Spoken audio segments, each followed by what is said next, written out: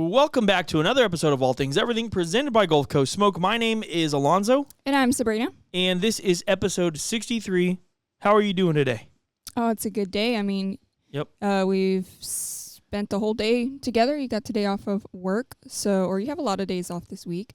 And we've talked about this a lot recently. When you have these days off, especially on weekdays, it really feels like this is the way our everyday life should be. Yes. But for now, you still have your day job. Yeah. No, so we decided to take a few days off of work so we could get ready for our competition class that's coming up this Saturday and Sunday.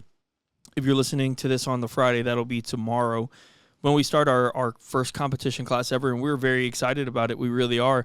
We're ready, almost. We have just a few little tweaks and stuff we want to do, but we are ready for the class, and we are excited to hopefully teach people about competition barbecue, and hopefully, things go really, really well. What we're looking for this time around is to learn a little bit about this whole thing, and then, of course, also we want to get feedback from people. How can we be better? How can the next one be better? Would you recommend this class to other people? And that's really what we're looking to do. So we're very, very excited, and it's just been it's been cool the lead up to it. We've been getting ready and we've been doing things, but now to feel it just a few days away, it's definitely really exciting. And kind of like you just said, this feels like what life is supposed to be. Waking up, I actually went and grabbed coffee by myself this morning, which is not necessarily something I want to do or anything like that. But man, I woke up, went and grabbed coffee by myself, sat there for about 30 minutes, scrolled through social media, scrolled through emails. We got a couple orders we had to take care of. We got some wholesale stuff going on, and just kind of looked over those things and made sure we sent out invoices and all that stuff. And then I left, went and paid some payments at the country club, and then after that went home, picked you guys up. We went and ate breakfast. We went to Sam's. I got my oil changed. We just did a lot of productive things today. And obviously, I do feel like when I'm at work, I'm still being productive, right? I'm doing something. But this is all continuous work for Gulf Coast Smoke, and it just feels really fulfilling. And it feels like this is what my life is supposed to be, and yours too. And we know that, when I'm on vacation, when I'm doing stuff like this, obviously we're not as focused on the kids' school. So we know that it's not going to exactly be like this, but it at least, for example, we've been able to accomplish things today together that we wouldn't otherwise be able to do. We wait until I get home. We're doing the podcast much earlier in the day, literally 4 hours earlier today, to where if we wanted to, we could go golfing in a little bit. We could film another video. There's just more opportunities for us to do stuff for GCS while I'm continuously working for it. So, yeah, it feels like a really, really good day. Every day is a good day as long as we wake up, but this one definitely feels pretty dang good. But enough about that. What did we plan on talking about today? What was our first topic? Because we did not have a podcast last week. We had some stuff that we were doing that stopped us from being able to do it. What are we going to talk about this week? Yeah, so we're going to go back a couple weeks to our most recent competition, which was in Somerset. So we're going to talk about how we did, how those results were. So Somerset was a CBA. It was a 4 meet. Mm-hmm. And so let's talk about our chicken. Sure. So you guys know historically we have had some issues with chicken, and we'll openly admit that. But man, Sabrina and I went to the drawing board and we said, look, because I might have talked about this on the podcast and I might have not. I think I might have, but either way. And so I made chicken for Easter Sunday. And when I made that chicken, everyone was like, dude, what did you do to that chicken? It was so good. All of my family members were like, dude, this chicken was amazing. What did you do? And the answer is nothing. I mean, I literally seasoned it with that base, trifecta, and I grilled it. I turned and burned it. Not burned it, but I grilled it at 350 degrees on a kettle over coals the whole time. And it was good. And it was so good. It was incredible. So that right there kind of told us, man, we need to simplify this. Now, another thing is, I'm not going to say what, just because I have to be real careful, especially from here on out. The fact that Sabrina and I are now putting on competition classes, we have to respect the people that are taking our classes. So we're going to Unfortunately, we're not going to give as much information as we typically would. That's out of the respect for the people that are paying hard-earned money for our classes. We're still going to talk about competition barbecue. We're going to start filming those competitions again. But my dad told me something, and he has told me something about chicken every single time he's tasted our chicken. And not that we didn't want to listen, not that we didn't care what he said, but we finally kind of said, you know what, okay, let's try this. Let's do it the way my dad's been talking about. And we swapped our chicken up completely. I would say we simplified it like you wouldn't even believe me. You wouldn't believe me if I told you what we're doing with our chicken now. And man, when I tell you the chicken was just delicious, it was just delicious chicken. And it was that simple. It really was. A key indicator is your mom actually tried this chicken that we're putting out. And she wanted to keep eating it. Yes, and she's not too big on like heavily smoky barbecue type things, right? So we knew, because your mom is like one of those people that are judging, right? Just an everyday person. So it was really important that they both really, really liked this style of chicken. Yeah, and I think that instantly whenever Dad was like, man, that's just good chicken. Like, what bad is there about this? There's not one bad thing. And I loved that from him saying, there's nothing bad about this because it's really not going to ding you either way. You know, so again, we made some major changes and it ended up working out. We got a 4th place chicken.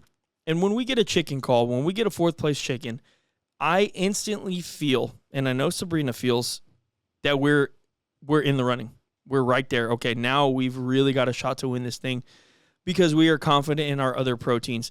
Not that we can't have bad days, not that, I mean, maybe we hit a bad table or whatever, but we feel confident in those other proteins. So we hear a 4th place chicken. I'm personally thinking it's on. Well, and historically, I mean, there's been, and I'm not trying to knock the people that won these competitions, right? Because obviously they had the better scores throughout the day, but there's so many competitions where if we would have just done better, just any place better in chicken, we could have won the whole thing. And there's been many competitions for us where that has happened. So for us, it's like, okay, yeah, as long as we place in chicken, our chances have now gone up, so much. Whatever, exactly, yeah. Right. Yeah, no, for sure. And I mean, I agree with you there. I think, like I said, hearing the chicken call with the new song, I love that new song, by the way. I love it. So yeah. CBA allows you to have your your song for your walk-up song. Walk-up song. I was going to say play-up song. Your walk-up song, and we changed ours to Invincible by One Republic. It comes from Kaiju number 8, which is one of our favorite animes, which I'm just gonna say it. You guys might not watch anime. That's cool, right? If you do, Solo Leveling is probably one of the most popular animes to ever come out, ever. And that's not an exaggeration. I think Kaiju number 8's better. It's just me. I like Kaiju number 8 better. I like the wittiness that you get from it, but the seriousness. I think Kafka is just a complete, total badass. I just love the show. I'm so excited for it to come back in July. Anyway, that song comes from Kaiju number 8. I didn't know if I was going to like the fact that, we changed it. It was going to be a different feel. I have zero doubt in my mind that's the right song for us. I just love it. I love it. Yeah, I mean, when you think about our last song, it was a song that literally I guarantee nobody had ever heard of because it's like an independent artist or something. Yeah. That we heard on somebody else's B-roll or something, and that like a long time ago, and we've loved the song since. So I feel the same thing. When you go out to barbecue competition, I doubt very many of them are watching anime, right? Yeah. So it's like they probably haven't heard that song. Yeah, although One Republic's like very, very huge. Yeah. Most people probably have not indulged into that song, right? So I think it really fits us. Like us. Yeah, exactly. I mean, just be who you are, right? We love anime, and it doesn't matter if you don't love anime. That's completely fine. We love it. It's part of who we are and what we do. It's funny, right? I've talked to you before about it. There's been like those AMVs. It's an animated movie video. I think that's what AMV stands for. And there's one of them that specifically I've watched a lot of times. It's kind of funny. I watched it once or twice because it is cool, but then I watch it because like Alonso wants to hear the song. He's like, "Dad, can you play that song?" And so we'll watch the AMV, and it's one where it's Tengen versus Gyotaro or whatever, the Upper Moon 6. And, I was telling you, I even told Sabrina, I was like, man, it's crazy how just some of the things that happen in anime, it's an animated thing. Like, it's not real. Right. But some of the things that happen in there, like, they'll get you hyped, right? Like, so Uzui is literally fighting, and they're fighting somebody way stronger than them, like, way stronger than them. And Tanjiro's, like, helping him fight. And it gives me the freaking chills. I hate it. I hate how nerdy I get about this stuff sometimes. Well, he sticks his big old sword through him, and he's like, don't stop, like, don't give up. And so it's just like, oh, dude, it gives me the chills. It trips me out. Like, literally, I don't even know. And anime just gives you that, like, that vibe, right? And I feel the same exact way about solo. Solo leveling is kind of like, it's a meme because everyone's like, dude, they're just aura farming. It's like, because you're like super unrealistic, like how much he has. Yeah. Well, he's like, oh, rise. Yeah, just the way they are. I'm like, bro, okay. Don't get me wrong. The show is awesome. It really, truly is. But it's like, there's a lot of aura farming for sure. But Kafka, just a normal dude. Well, he was, right? But anyway, sorry. Not your typical protagonist. There's my little rant, I guess, for the day. Maybe I'll have another one. But anyway, so when we hear a chicken call, man, I feel like we got an opportunity. And I feel like when we got the chicken call, I will tell you this much.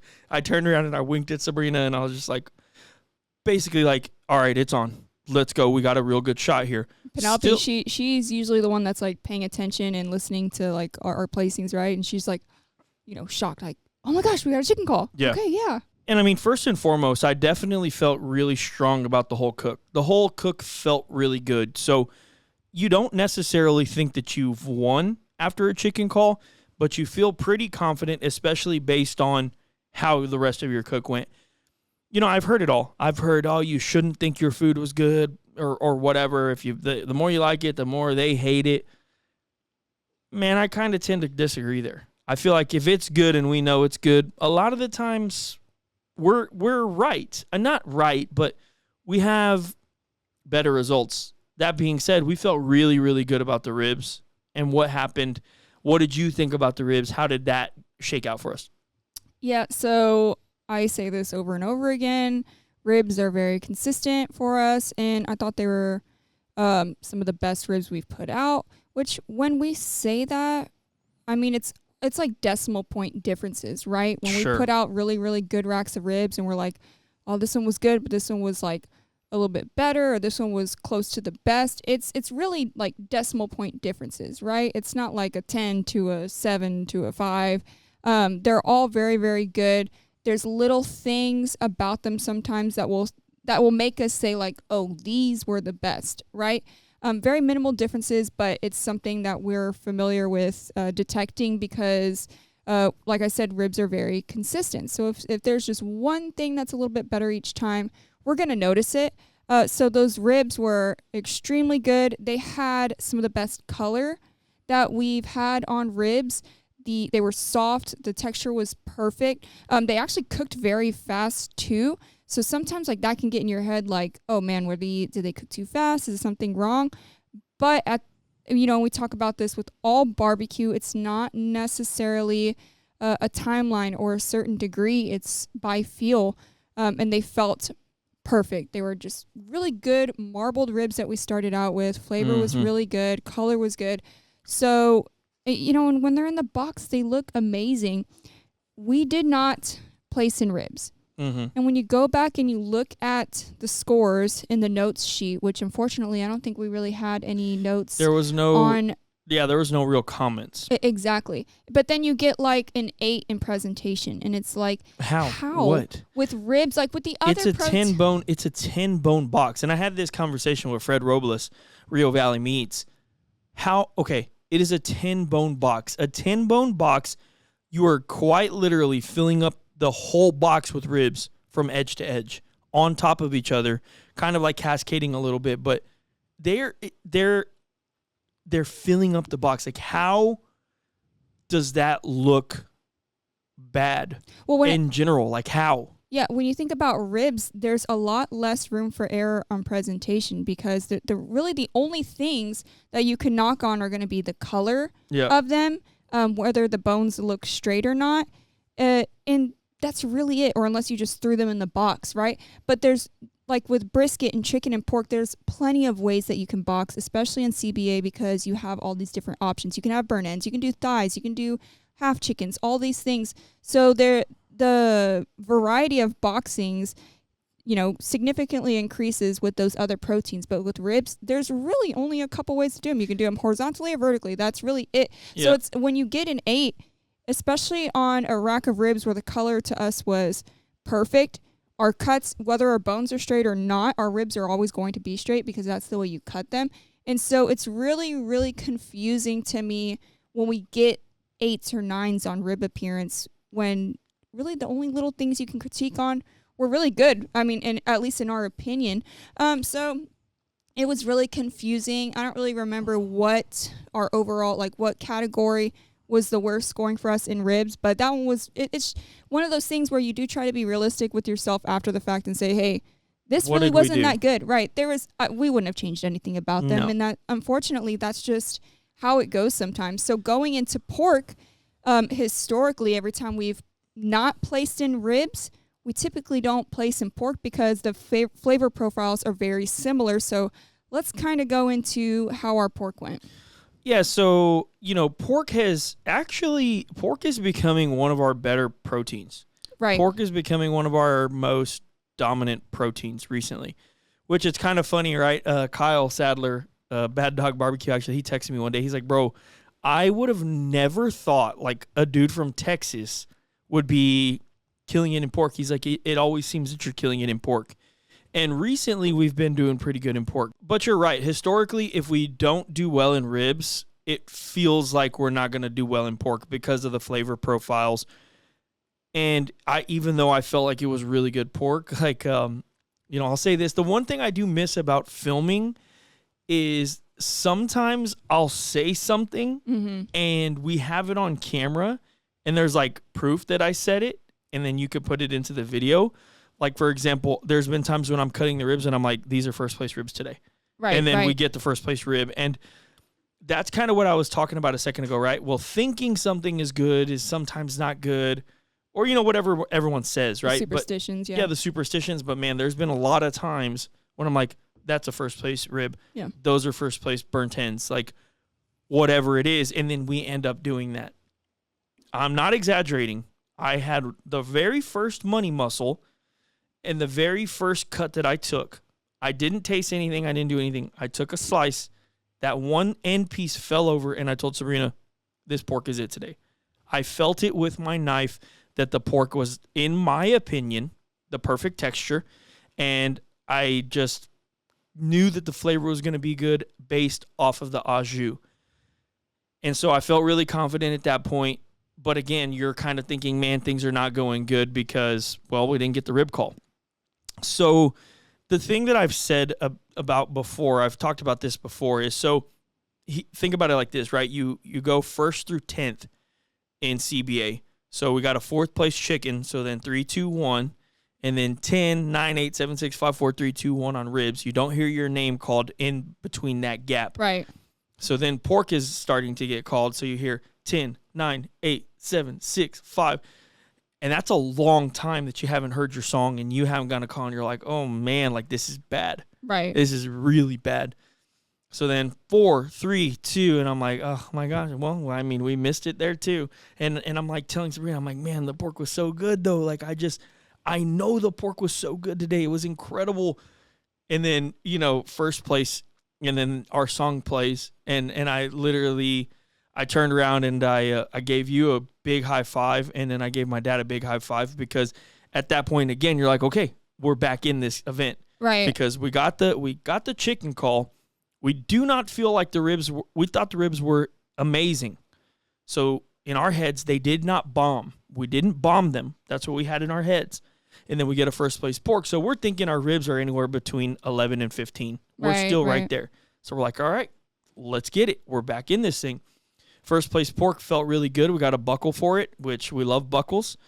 And then, now it's on to brisket. And brisket was an interesting one, this event too, because we were talking and you were like, dude, that's the best slice that you've made in a long time. And I agree. The moisture on it was perfect. The texture was perfect. The flavor was amazing. The flavor of our au jus was very good. And then our burnt ends were just, I mean, I thought they were as perfect as they could be. yeah, I mean, I agree. I loved everything about it. And so now we're thinking, okay, we still have a shot at this event. We still do. But, how did brisket end up going for us? Yeah, so we got a no call in brisket. So what did we place in brisket? It was I like... think it was like 27th. Right. Out of it was like 44? Yeah, so this was a large competition. So for us, that's why we have, when we don't hear a call, we kind of go under the assumption that, okay, well, those were still strong cooks. We could have just been right outside the top 10.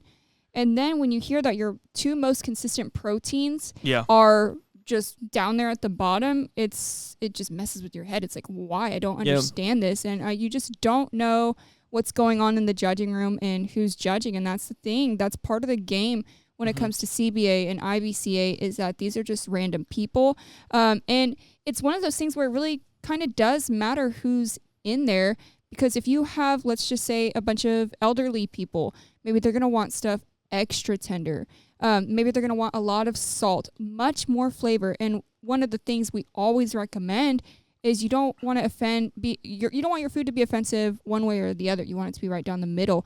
Now, that might not result in the first place. Somebody who had some really bold flavors might win, but you could still be fourth, third, second, right? So you really don't want your flavors to go either way. But yeah, it can. Who's in the judging room, whatever the majority is, can really factor in. When there's, I hate to say it, when there's a lot of grown men who think like, oh, my backyard barbecue is the best, and they don't understand competition barbecue, that really plays a role, because they might be doing really, really low scores, especially for common competition people who, we have to sauce everything. That's just part of the game that we play. So and then when nobody leaves a note, it's even more baffling. Or a comment, right? Because the only reason I'm saying that is so they understand what we're talking about. Yes, because in the judging room for CBA, they have the option to leave comments. And so when you get a bad score and nobody leaves a comment as to why, it's very perplexing for us. But it's just how it goes. Yeah. I mean, and what we walked away at least with a 7th overall. And that's one of the things that I will say. Right. I will say this is that I definitely think this is just advice from me to you. If you ever judge an event, man, if you're giving somebody a bad score, at least tell them why, because I promise you, they don't want to give you barbecue that you think's ugly or barbecue that you think doesn't taste good. They've spent money. They're trying to win. We're trying to win. We want to understand, help us help you. Right? I want to give you the best barbecue ever, I promise, because then I win, right? Or I have a really good day. So if you're going to judge and you're giving somebody 7s or 8s, man, tell them why. Man, I thought they looked way too red. Maybe a little darker. Or, man, they were too dark. I want them more red. Or, man, this was too sweet. I think you should back off of the sugar or whatever. It just helps out the cook food that's more consistent and that can better hit when we're on these tables.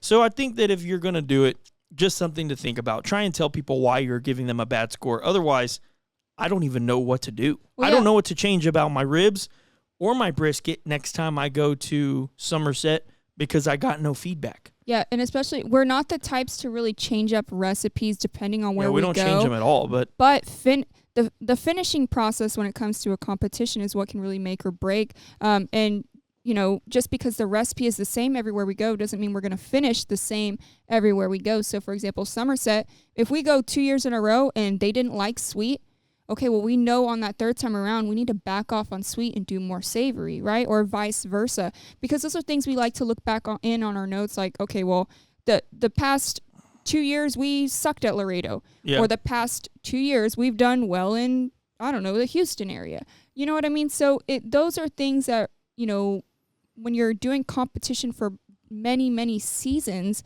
those are things you do have to put into consideration, because, yeah, we don't really care to change our recipe every single time, but we definitely want to, think about, okay, how are we going to finish it depending on where it is that we're going? No doubt. No doubt. So with all that being said, we did get a 4th place chicken and a 1st place pork and a 7th overall. So we did really, unfortunately, bomb ribs and brisket, which, like Sabrina said, are some of our more consistent proteins, but Right. it is what it is. Things happen. We will move on to the next one, and we will try again. Our next one is not going to be until June, but we'll hopefully do well over there for sure. And that's pretty much all we have to talk to you guys about competition barbecue today. Now, let's move into some of the recipes that we've been doing lately. Yeah, for sure. So the first one we had some leftover brisket trimmings Sure. from that brisket in Somerset. We actually still have a bunch at the house, but anyway, yeah. It's super, super marbled brisket. So we really wanted to show how we utilize those trimmings. And one tip is when you are trimming your brisket or your competition meats and you go to vacuum seal them, try and take a little bit of time to trim those pieces and separate like the fat from maybe the leaner portions, because that's going to help you later on when you actually go to like grind it, for example, if you are grinding it. Because that's one thing we like to do. So we did hamburgers, and we do like to kind of grind the fat first and then grind the more lean pieces, so then we can kind of control the amount of fat. But when you're dealing with Wagyu brisket, I mean, shoot, that thing was marbled from like end to end. Yeah. No, it's definitely not easy to get the fat to meat ratio exactly the way you want. Like, it's probably going to be pretty fatty. Yeah. But, man, those burgers were good.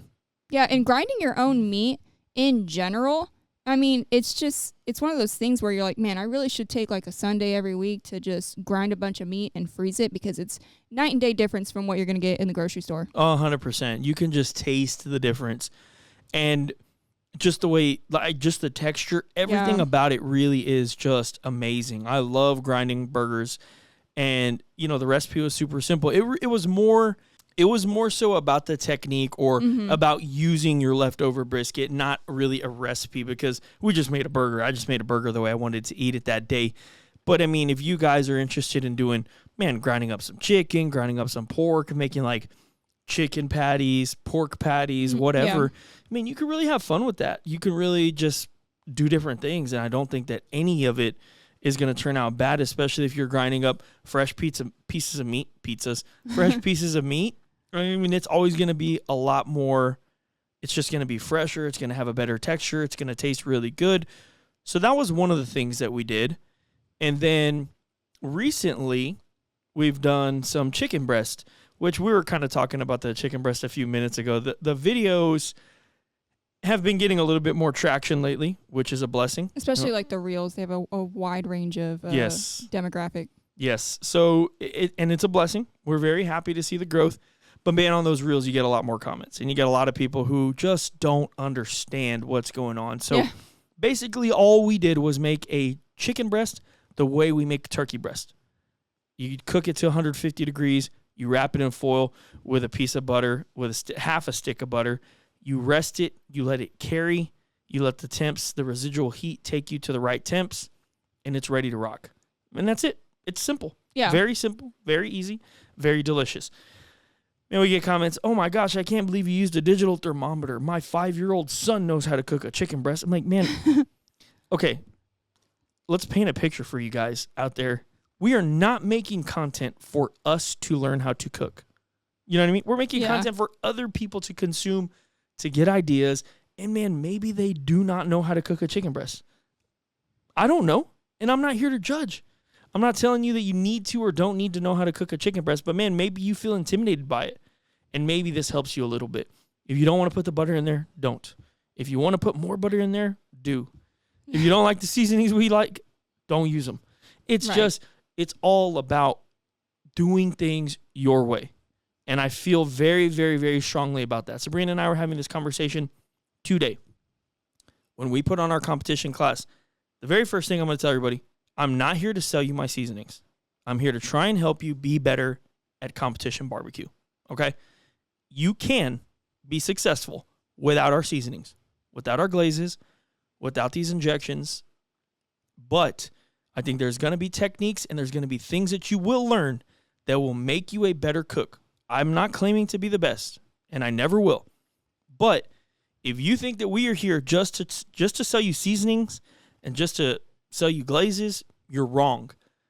I was literally talking to Sabrina about this today, how I would love to have YouTube and social media and videos, something we love to do, carry us in the way where we're making enough money one day making content where, man, we don't even need a storefront. We can continue to do e-commerce online because what we love to do is what we're doing right here, podcasting, making videos, making recipes, giving tips on how to cook. Yes, I want everyone in the world to use our seasonings for sure. Man, I would love for you listening right now to place an order for 20 million bottles. Why would I not? But that's not what I'm here to do. I'm here to show you that, yes, we have a good product, and it works. That's why I use it. That's why we go to competitions, and that's why we'll only use our stuff. But, man, this is not about anything but teaching people how to do better when it comes to grilling or smoking or whatever. Because along the way, we've gotten decent enough at it. Again, man, there's people that beat us every time we go out there to competitions. There's people that probably cook better briskets and ribs and everything, and that's fine. The content is for people to learn. End of story. Anyway, the chicken breast, though, it came out so good. Yeah. It's just like, dude, okay, and the other thing is the butter in there, it's not like we're drinking it. It's just like, Yeah. it's just moisture. It's just moisture. It's just resting in that butter. Really, you're only going to taste it on top of the chicken breast unless you drag it through the butter, which I did. And I did mention in the video, I'm like, okay, I'm going to make this a little unhealthy, but man, this is dang good. Whatever. Even at that, it's not like you're dragging it through and picking up a tablespoon of butter and scooping it in your mouth. Anyway, sorry. But yeah, there's my rant again. It's a really foolproof way of cooking poultry breast, right? Turkey breast, chicken breast, especially in bulk. Like, let's just say if you really like to meal prep, I think this is a really perfect method to cook a bunch of chicken breasts at once, rest them in the butter so that they don't overcook, because if you're meal prepping, you're going to have to reheat this stuff anyway, right? So then you have a better chance of not overcooking your chicken. But when it comes to the chicken breast or the turkey breast, it really truly is such a foolproof method. And we even showed in that reel, when we inserted the probe, it shows the initial temperature, and then you can see over time, even though it's no longer on the grill, the temps are still climbing. And that, it's funny. I got so many comments that are like, you're lying. You're lying. You're not. I'm like, bro, how am I lying? We literally showed like from the thermometer and the digital, like the in the chicken in the foil, and Yeah. we panned from that to the thermometer, and the temperature is literally climbing. right. And people are like, you're lying. That's not possible. I'm like, okay, think about this. That kettle was at like 600 degrees. Right. The chicken breast is climbing so fast already as it is.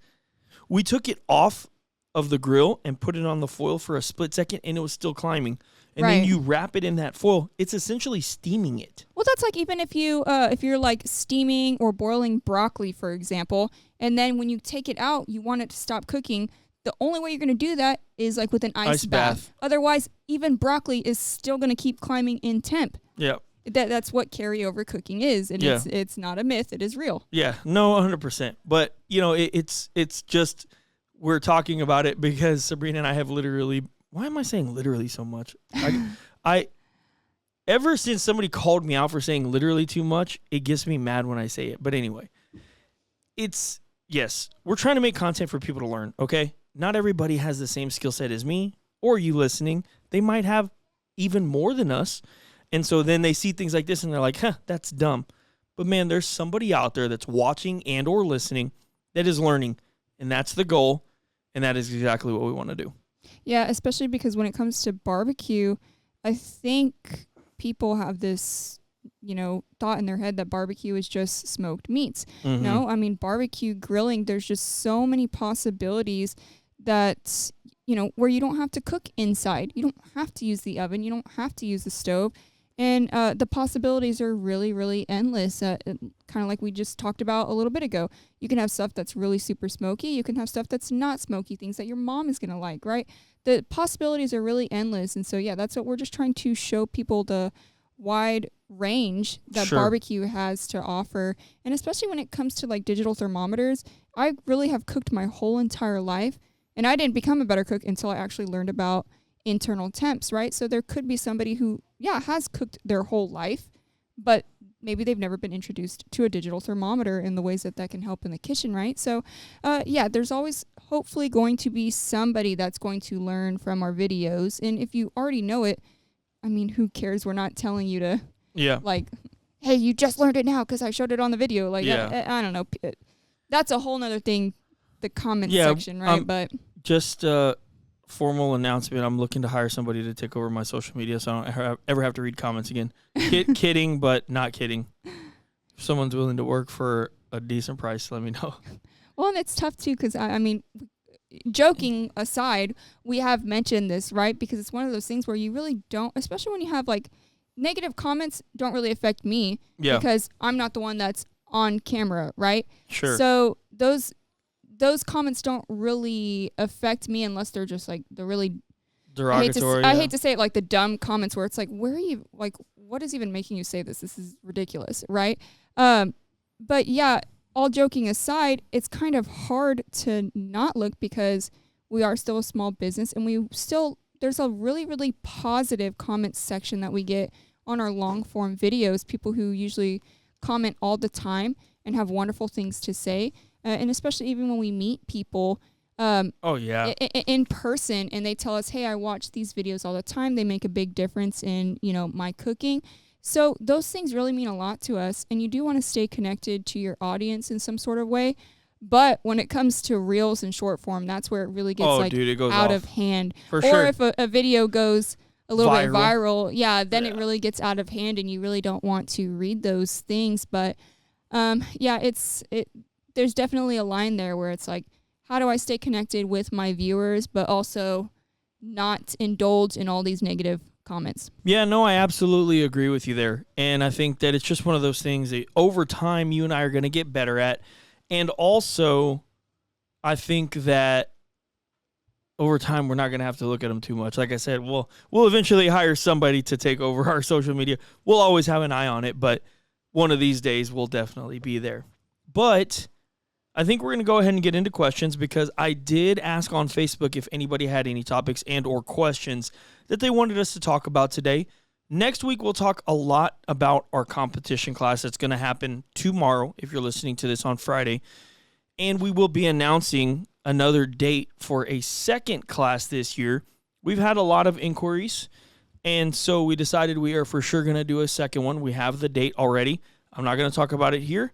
We'll talk about that next week, but just some things that are on the horizon. So we'll go ahead and start with the questions. And first question comes from Leroy Barrera Jr. Should the Spurs use the second pick or use it to get Giannis? We were talking about this. Yeah, we were talking about today because I was telling you about Dylan Harper and I was telling you about how good he is. That was last night because we were watching the, who was it? The Pacers and then. I could have sworn we were talking about it today, but either way, we were talking about it within the last 12 hours, last 24 hours about this. I'm a huge Spurs fan. If you guys don't know that, I'm a huge Spurs fan. Out of any sport to watch, it's golf and basketball by a bajillion miles. I do not watch football like at all, and I don't care to. Baseball, I can watch, but basketball's up there.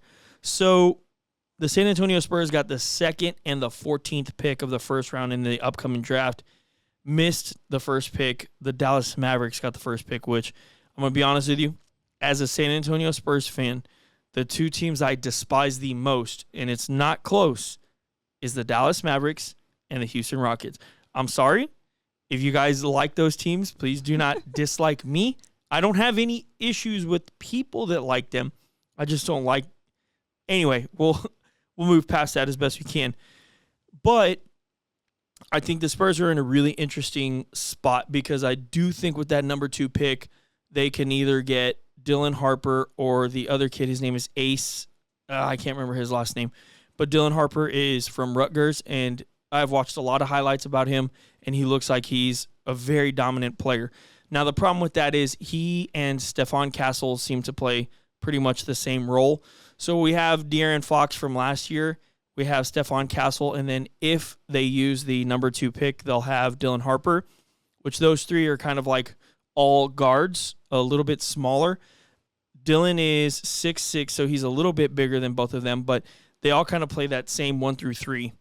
So basically we're talking about maybe moving Stephon Castle to the 3 Dylan to the 2, and then you'll round it out with Wemby in the 5, maybe Harrison Barnes at the 4, which I think would be a really, really good team. I'm not sure if Chris Paul is going to come back, but we'll kind of see. But I do think they could either get Dylan Harper at 2, but then also if they wanted to, they could probably trade the 2 and 14, package it for something with some players and some future picks, and maybe get somebody like Giannis. There's been rumors. Who knows if they're true? There's been some rumors that Giannis is interested in playing in a state with no tax. I was going to say franchise tax because I'm thinking about our business. But anyway, with no income tax, and, apparently he's interested in playing with Wemby. We'll see if all that happens. I personally think both ways the Spurs are going to be in a very good spot. For them to get the first pick, 2 seasons back, get Wemby, then get Stephon Castle at 4, back-to-back Rookie of the Years, and then we'll get the number 2 pick. I think the Spurs are in a great spot. What do I want them to do? I hate to say it. Well, I don't hate to say it, but I want them to trade the 2 and 14. I don't want them to get somebody like Giannis, because Giannis, in my opinion, is going to be a top 25 player of all time. I don't think you ever pass up on that opportunity to get one of those players. And I think Giannis would make them instantly become a very, very strong team.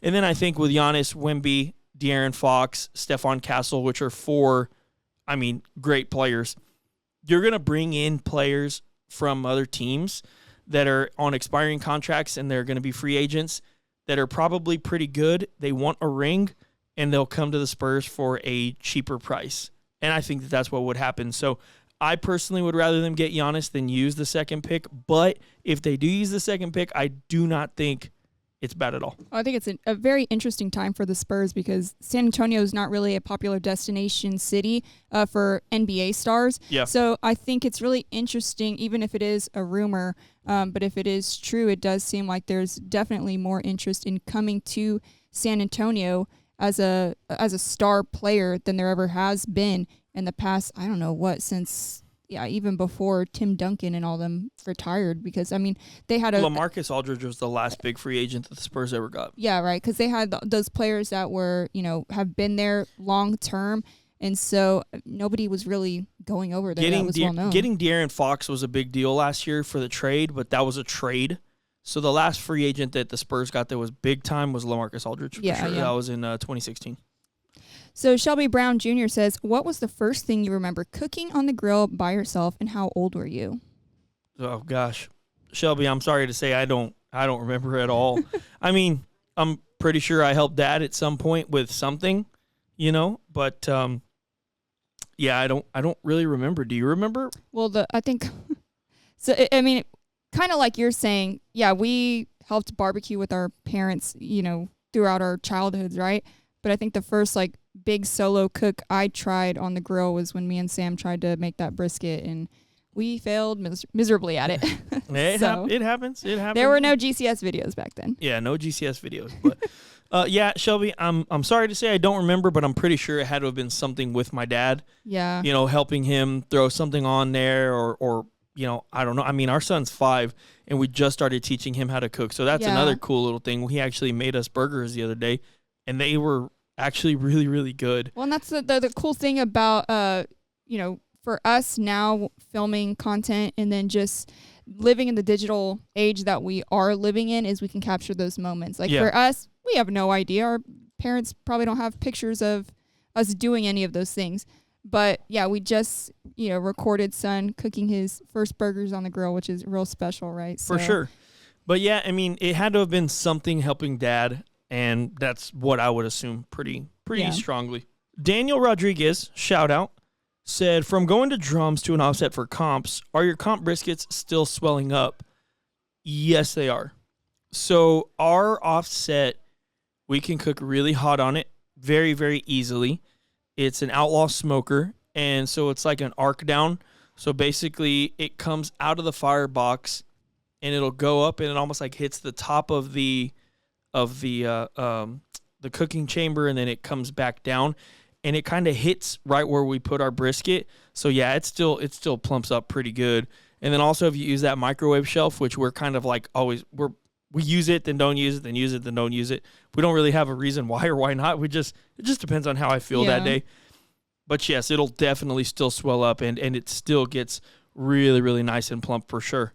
I have not seen any issues with our competition briskets from drums going to an offset. And I'll tell you this much. A lot of people said, man, you're going to have to tweak recipes. You're going to have to do this. You're going to have to do that. We have not done any of that. Yeah, exactly.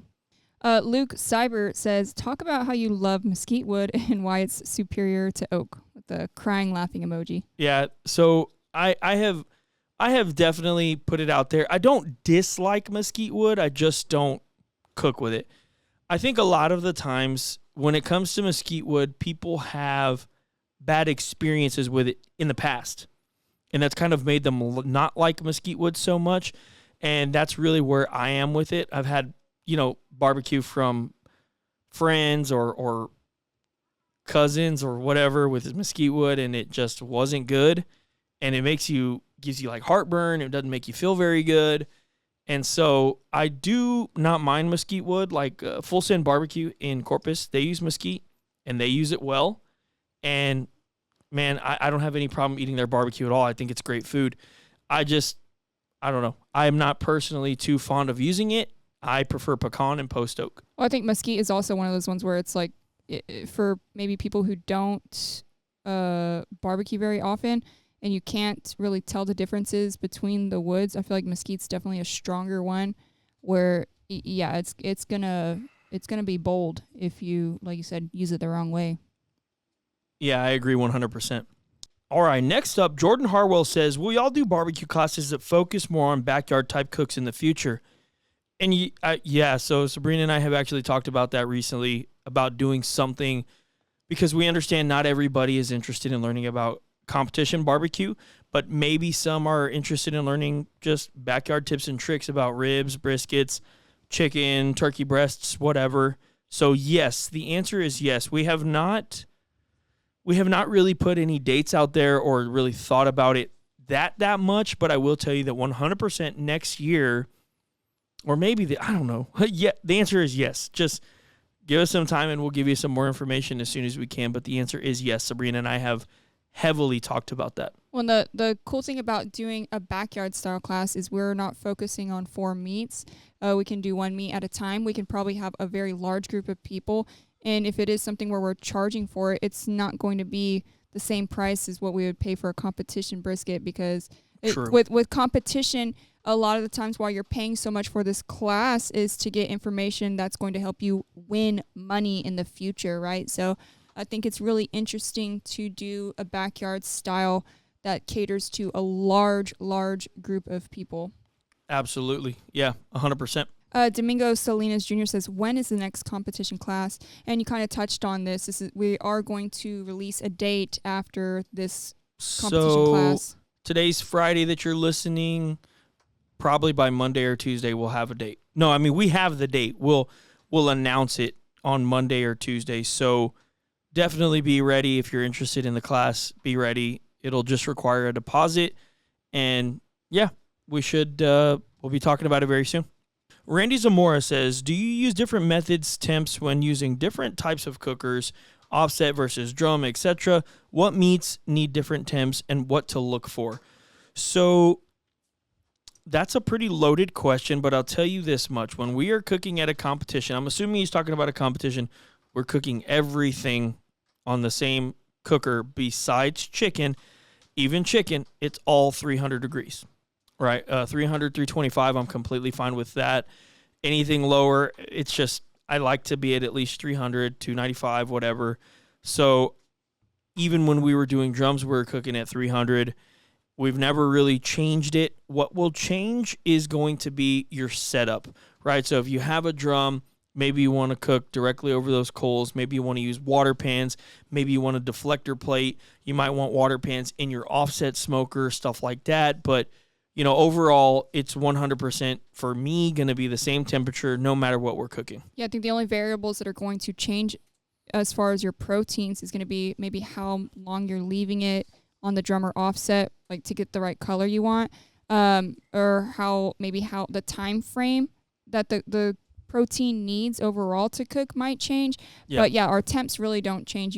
We can successfully cook, whatever on any type of cooker, as long as we're cooking at the same temperature. And like I said, just changing those variables a bit, like pulling it sooner on a drum because it's harsher, or letting it keep going on the offset because it's not as harsh of an environment. Absolutely. Yeah, I agree with you on that too. Robert Arguijo says, having trouble with comp ribs and the slicing of them. For a straighter cut, must I cut through the bone if the bones do not align straight? You can. You can, as long as you cook them properly for competition.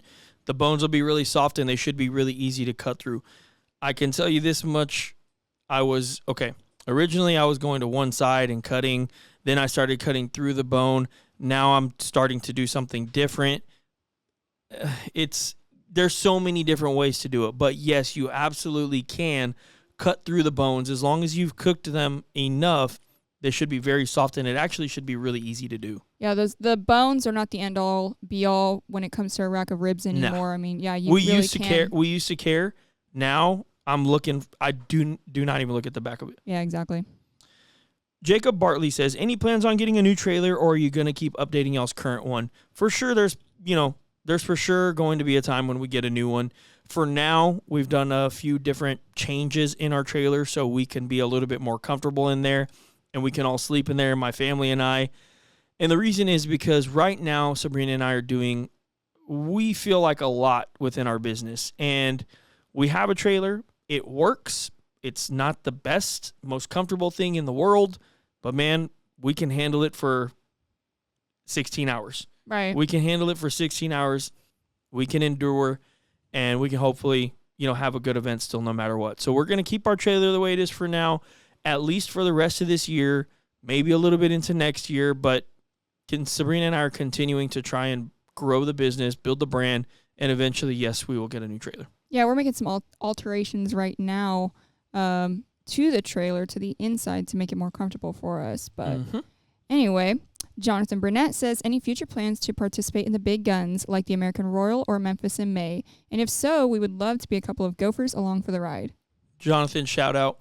Yeah, definitely we want to do all of those one day.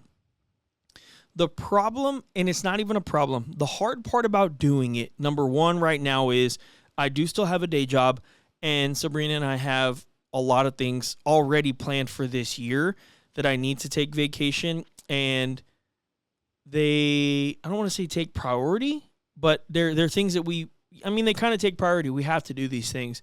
So it's not always for sure that we could take off the time in order to go do one of those. But yes, we absolutely want to do American Royal, Memphis in May, all of these at least one time. I would love to obviously qualify for the Jack Daniels as well. So yes, and if we do go, yeah, you can definitely tag along for sure. Well, I know we just talked about, we're keeping our trailer for now, but that's another thing is finding the right setup for us to be comfortable, because those are the ones where it's like you have to leave your stuff in there. Yeah, you could go get a hotel, but all of your equipment and stuff is going to be in there for several days. It's not like our usual setup where, like you said, it's like 16 hours, we're in and out, and that's it. Okay, next question. Rochelle Stevenson says, once you've accomplished everything in barbecue, what is the one thing that will matter the most to you? First and foremost, I will say that I don't think we're going to accomplish everything in barbecue, and I say that with all humility in the world, right? I don't think that we are anybody special. I don't think that we're going to take over. I don't think any of that stuff.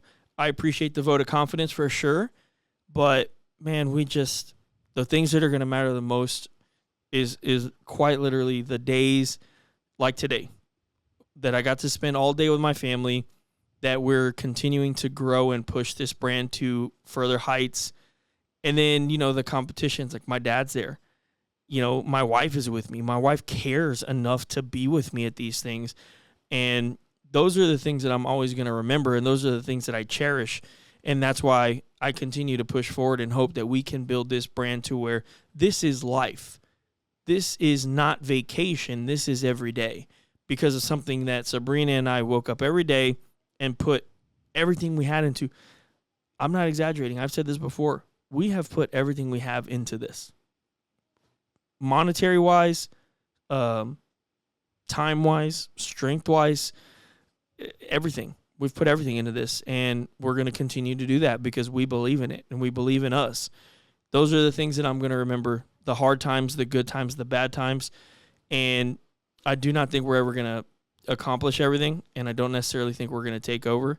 I think we can be a powerful brand, and I think that we can stand for something good in barbecue, and that's pretty much it.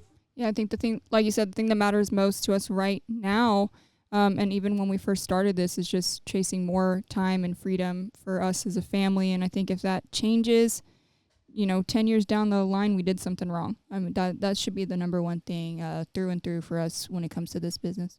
I agree. Bruce A. Berg says, I'm planning on smoking beef ribs this weekend based on how you smoke them. Should I do anything different if I can't find prime beef ribs?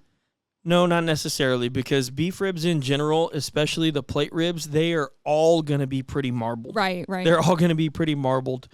Now, if you get some that you see no fat striations in there, just make sure you don't overcook them to 212, 213. They're going to dry out a little bit, but man, you should be good to go doing it exactly the way we do it. Right. Manuel Orozco says, I'm sure you've answered this before, and you don't have to go in depth since you're about to do a competition class, but do you differ from IBCA and CBA the way you inject and choose meats, and why, without giving too much away? The honest answer is no. Yeah, we don't change anything. We will change the way we trim the brisket, and that is it. We don't change. Yeah. We don't change anything else besides that. Yeah, I think across the board, it really just depends. Like when it comes to maybe meat selection, the quality we might choose will depend on maybe how many people are going. If it's a smaller comp, we might just, if we find a good prime, we find a good prime. But everything is the same as far as injecting and recipes. Yep.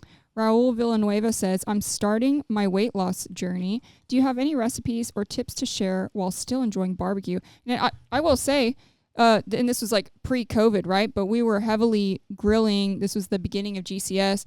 And I think you lost a lot of weight because we were grilling. Just a very simple grilled meat and veggie will go a long way. Yeah, I agree. I mean, anything grilled pork chop, grilled turkey burger, grilled chicken breast, grilled chicken thighs, skin on chicken, steaks, any grilled protein, and then grilled veggies like grilled broccoli, zucchini, corn on the asparagus. Yeah. Man, all of that's going to be great. So, like Sabrina said, I think how much weight did I lose? I got down to like 208 pounds. Yeah. And I felt good. I felt strong. I feel like I looked really good.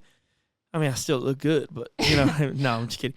But no, it's, yes, grilled meats and grilled veggies are going to be your friend. Make sure you're eating plenty of fiber. I'm not a health scientist, right? But I will say this much.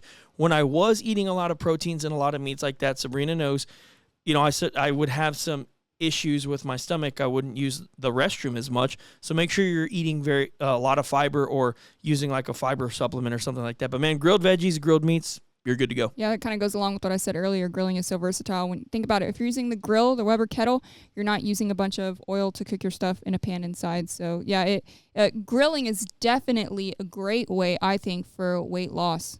Absolutely. I agree with you on that. And I was kind of proof at one point. I don't know what I stopped doing it for, but anyway. Robert Guzman says, when can we buy that hats? Now, we got a lot of comments because on Facebook, if you see our questions for today, there is a picture of some new hats that we are putting out. Yeah, so hopefully within the next 3 weeks. Yeah. We are just waiting for them to be shipped to our house. So hopefully very, very soon.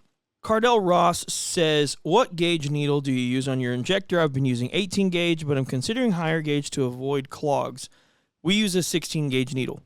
That's pretty easy to find at like your local, what is it called again? We use like Tractor Supply. Tractor Supply, yeah. Right, yeah. 16 is good. Sometimes we have to double strain. That'll happen to us every once in a while, but yeah, try 16, man.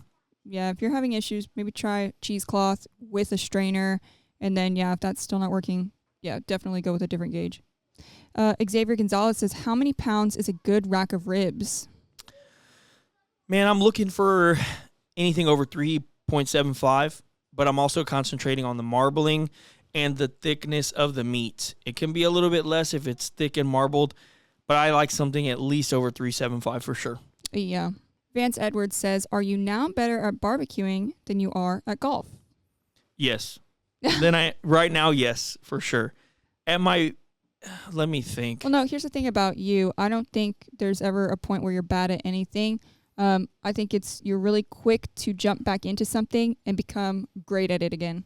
That's not for me to say. I appreciate you saying that, but I'm not going to, I just don't want to. It's true. I'm not going to be like, anyway. But I will say, I think at my peak, I was still better at golf than I am at barbecue. Like even competing versus competing, I think at least. But, man, I don't know. It's hard to say. I was literally telling you today I miss golf. I want to play again.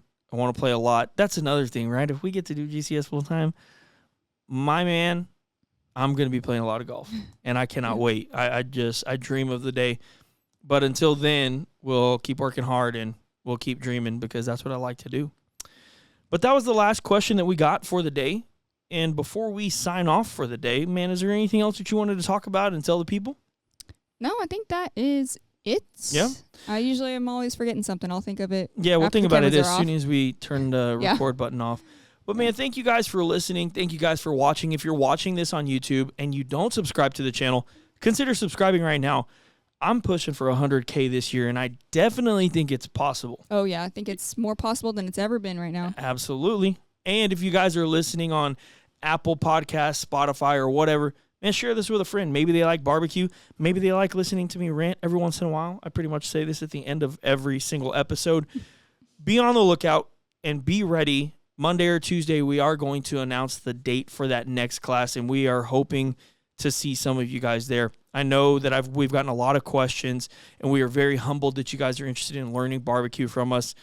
And, yeah, come on out, have a good time, and we'll hopefully help you become the best cook that you can be. Yeah, continue to let us know if you're interested in barbecue class because, I mean, without you guys telling us, we don't know that there's a demand for it, right? So if you guys keep asking, we're going to keep putting them out. If there's a demand, we will absolutely fill that demand. Fulfill that demand. Fulfill that demand. There you go. That's the way to say it.